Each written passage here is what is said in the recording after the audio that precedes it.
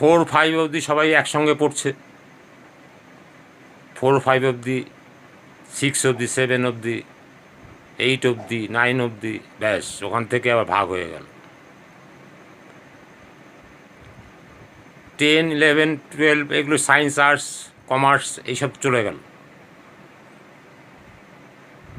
তাহলে সবার জন্যই সব, আবার সবার জন্য সব নয়, এই চিন্তাভাবনাগুলো আপনাকে রাখতে হবে।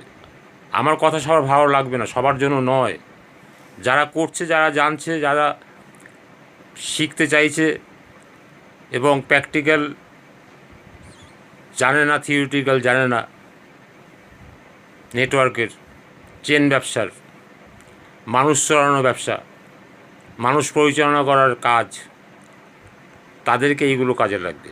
আজকে লাগবে না, হয়তো কাল লাগবে, না পরশু লাগবে। দেখবেন ভাত খাবে 3টের সময়, কিন্তু রান্না বসায় সকাল 7টার মধ্যে, 6টার মধ্যে রান্না বসিয়ে দিচ্ছে। কখন খাবে সেইটা দেখে যদি রান্না বসাতে যায়, তাহলে সেই রান্না কেউ খেতে পারবে না।